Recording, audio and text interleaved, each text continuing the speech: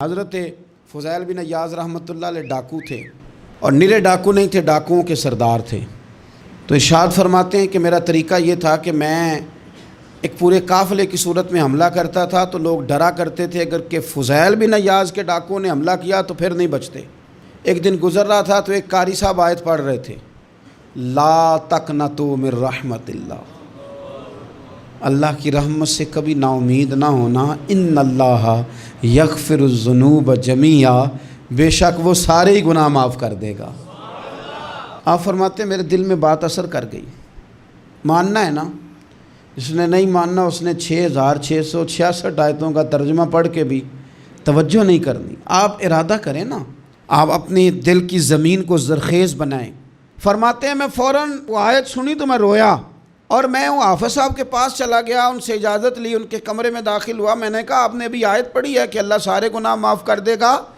تو جس بندے نے کئی سال ڈاکے ڈالے ہوں، بیٹیاں روتی رہتی ہوں پر وہ مال لے کے آ گیا ہو، مائیں واسطے دیتی رہتی ہوں پر وہ لوٹ کے نکل آیا ہو، اب جی اگر وہ بندہ بھی سچے دل سے توبہ کرے تو اللہ معاف کر دیتا ہے۔ تو آفو جی کہنے لگے میں کون ہوتا ہوں تمہیں کوئی تفسیر بتانے والا، میں نے تو قرآن کی آیت پڑھی ہے، میرا رب کہتا ہے لا تقنطوا من رحمت اللہ، تم نے مایوس نہیں ہونا، تم آ جانا، معافی مانگ لینا، ان اللہ یغفر الذنوب جمیعا، اللہ سارے ہی گناہ معاف فرما دے گا، اللہ سارے گناہ۔ تو یہ تو اللہ فرما رہا ہے۔ فضیل بن عیاض کہتے ہیں میں نے کہا ختم ہو گئی بات، توبہ بھائی۔ واپس آیا تو میرے ساتھ جو تھے نا ان سے میں نے کہا سردار نیا تلاش کر لو بھائی۔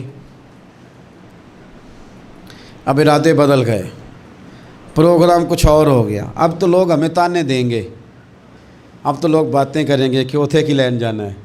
فضیل بن عیاض کہنے لگے بس بھائی توبہ کرنی، اب تم کوئی اور سردار تلاش کر لو۔ اور اوپر سے نہیں کہا، توبہ کی تقریریں نہیں کی، دوسروں کو میسج نہیں بھیجے، اور لیکچر نہیں جھاڑے، رو کے کہا، درد سے کہا، دل سے کہا۔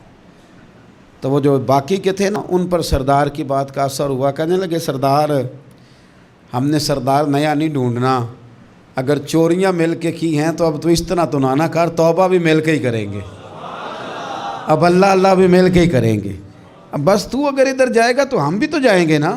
اللہ اکبر۔ فضیل بن عیاض کہتے ہیں ظاہر ہے مال لوٹا کرتے تھے، میں نے مسئلہ پوچھا علماء سے تو انہوں نے بتایا کہ یہ تو حقوق العباد کا مسئلہ ہے، جو لوٹا ہے وہ تو واپس کرنا ہی پڑے گا۔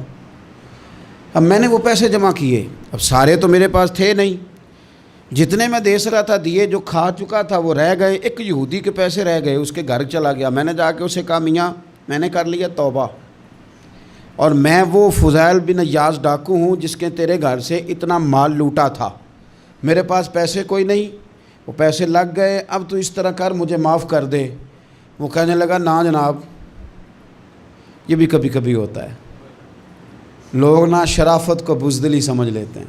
فضیل بن عیاض سے کہنے لگا میں تو پیسے لوں گا، ایسے تو نہیں معاف کرتا۔ آپ فرمانے لگے پیسے تو کوئی نہیں، یہ سچی توبہ ہے۔ وہ کہنے لگا پھر اس طرح کرو میری اونٹوں کو چارہ ڈالو، پیسے پورے ہوئے تو چلے جانا۔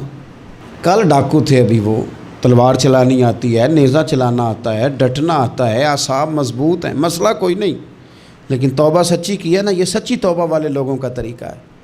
اس سے کہہ سکتے تھے کہ جا جتھوں لب دینی لے لے، تجھے کہا معاف کر دے، تو تیار ہی نہیں ماننے کو۔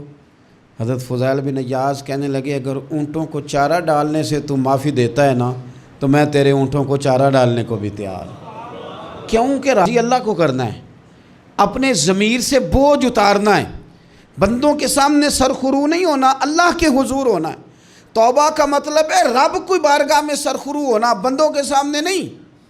حضرت فضیل بن عیاض سے کہنے لگے ڈالیں گے تیرے اونٹوں کو چارہ، کیوں نہیں ڈالنا؟ 2-4 دن چارہ ڈالا تو وہ یہودی ایک دن کہنے لگا کہ یہ نا ٹھیکریوں سے بڑی ہوئی تھیلی ہے، یہ تو ذرا اٹھا کے لا۔ حضرت فضیل بن عیاض نے اٹھا کے اسے دی، جب اس نے کھولی تو اشرفیوں کی بھری ہوئی تھی۔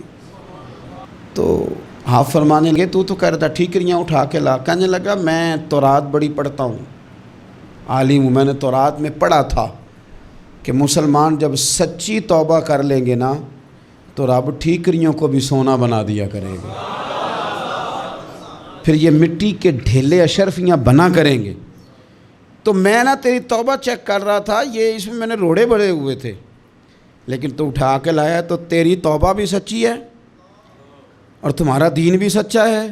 اب اس طرح کر، معافی اس شرط پہ دوں گا کہ مجھے کلمہ پڑھا تاکہ میں بھی مسلمان ہو جاؤں۔